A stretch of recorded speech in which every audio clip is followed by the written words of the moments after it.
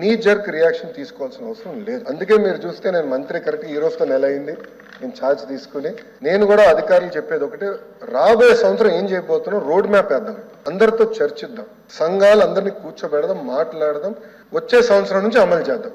జగన్ లేకపోయేసరికి ఉన్న 15,000 పోయింది, ఇస్తా ఉన్న 15,000 పోయింది. అమ్మఒడి అని పేరు మార్చి దానికి తల్లికి వందనం అని చెప్పి పేరు పెట్టారు, తల్లికి వందనం అని పేరు పెట్టినారు, ఆ తల్లికి శతకోపం పెడతా ఉన్నారు. ప్రతి తల్లి ఈ రోజు అడుగుతా ఉంది ఎంతమంది పిల్లలుంటే అంతమందికి అని చెప్పి ఏకంగా ఎన్నికల మేనిఫెస్టోలో పెట్టి ఈ రోజు వెంటనే మళ్ళీ అధికారంలోకి వచ్చిన తర్వాత ఎంతమంది పిల్లలు అని చెప్పి పోయేసి పక్కకు వెళ్ళిపోయే జీవో, ఎంతమంది పిల్లలు అనేది పక్కకు పోయి తల్లులు వచ్చేస్తుంది. అక్కడ కూడా మళ్ళా మోసం. పోనీ అదన్నా గానీ మళ్ళా ఇస్తారంటే అది లేదు.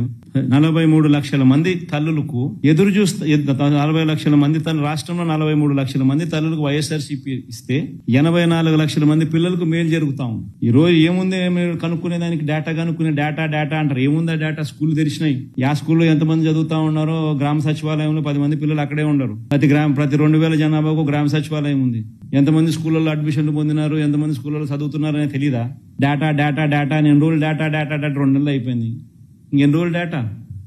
43 లక్షల మంది తల్లులు, 84 లక్షల మంది పిల్లలు. ఇది డేటా. 84 లక్షల మంది ఇంటూ 15,000, అది నీ డేటా నువ్వు వేయాల్సింది.